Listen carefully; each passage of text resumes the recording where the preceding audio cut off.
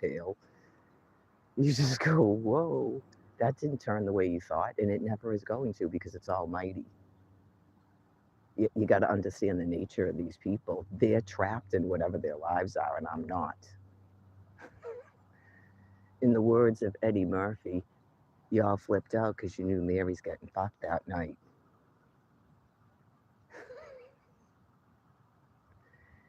It's a 11-night cruise, and then I'm taking a 4-night cruise, and then I'm going to try to book my free Bahamas vacation, which is another 3 nights. And then after that, I don't know.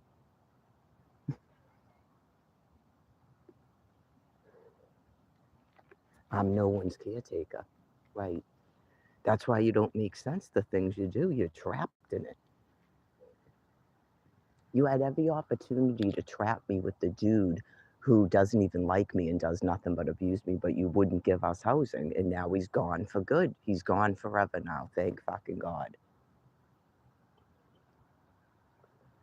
People, I've taken 15 cruises.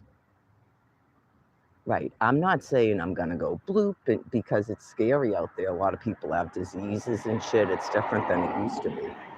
But I mean, clearly, look at me. Come on. I'm not hauling myself up in someone's SRO for 2 nights, right? And then being tossed back out to the street because I'm impotent.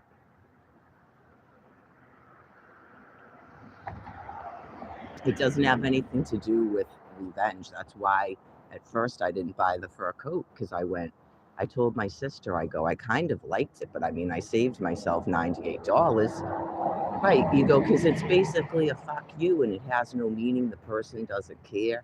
You don't need to go fuck you to this person and buy a fur. He doesn't even know what that means. Like, oh, he sent me the thing from the hotel in February after sleeping all night. Remember that? And then he buys himself fucking sneakers and goes to my phone. He buys himself sneakers. That's his reaction to it. Like fucking $5 sneakers. Right, you go, I mean, clearly I don't have a lot of money. $5 sneakers, how about $98 fur coat? My friend thinks it was probably rabbit because it was so soft. Vintage 90s. Anyways, yeah, I don't actually need a fur coat, but some people probably do. I would love a fur coat, right? Anyways, I have a trip coming up that I'm still excited about. Yeah, it's difficult for some people to understand that after a while, a person doesn't like you anymore. They don't care. You can't hurt us anymore. Like the 16th time. I'm clearly over is to refuse affection. Person doesn't care anymore.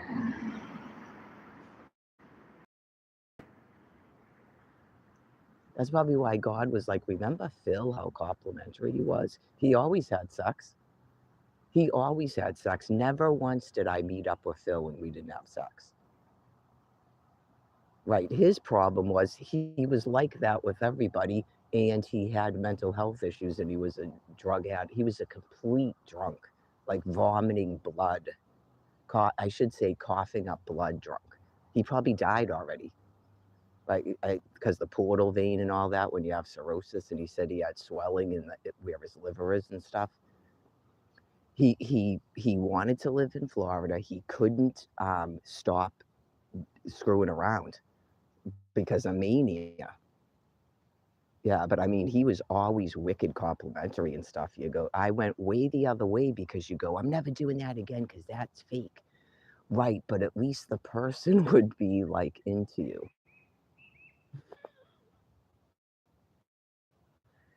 That guy pretends he's into you until you pick up on it and then it's just nothing. Yeah. Dude said he was boring, right? Because first of all, it's deviant male sex, like you've heard about and stuff. It's really gross and sad for them. But whatever, God's putting those people down.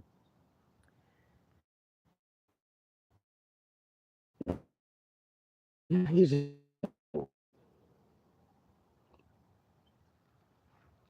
Phil hurt people how he hurt people because you thought that he really was in love with you. with the you touch him and he shivers and stuff, right? Like that's why people got so angry at Phil. He really messed with you emotionally in a totally different way. This guy doesn't even know how to be sadistic. That's how you be sadistic, you know. Not what he thinks he is because it's based on his mother.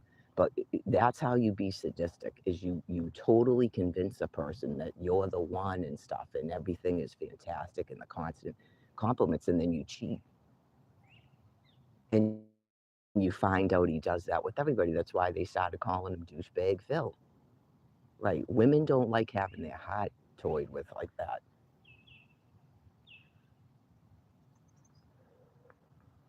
He wrote good songs. Right. But I actually didn't take it as a compliment. It made me angry at the time. Right. Like it seemed vindictive, you know, like why am I listening to words I wrote down and words we spoke? You just go, oh my God, like like it's just a romantic, you know what I mean? A romance and writing his poetry and stuff. But